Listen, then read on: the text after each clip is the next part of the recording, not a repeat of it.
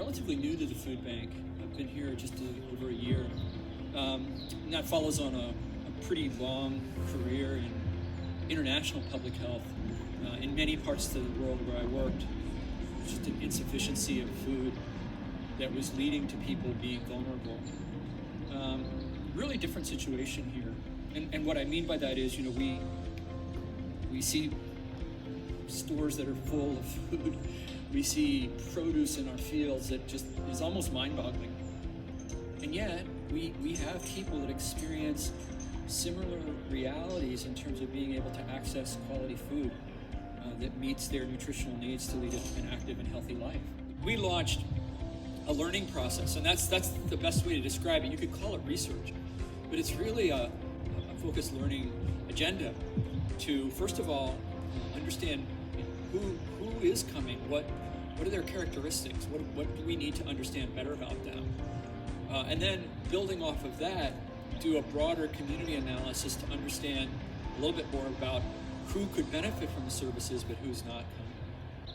Fresh fruits and vegetables, even for people who work in the fields, may be economically out of reach.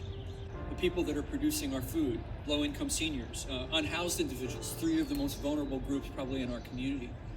Are they able to access food bank food? If they're not able to access it, then why not? Why are they not able to? Are there language barriers? Are there mobility barriers? Are we offering the food at the wrong time of day, the wrong day of the week? That people can't leave their work and come and easily access it? Or is the food not culturally appropriate for them?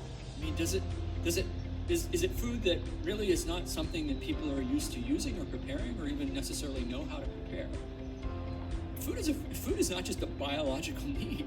Food is part of our identity. Food is part of who we are as people. The learning agenda is trying to understand and break down those barriers. If people have a need, the food bank is a response, not the only, to that need, then how can we make sure that people can use it?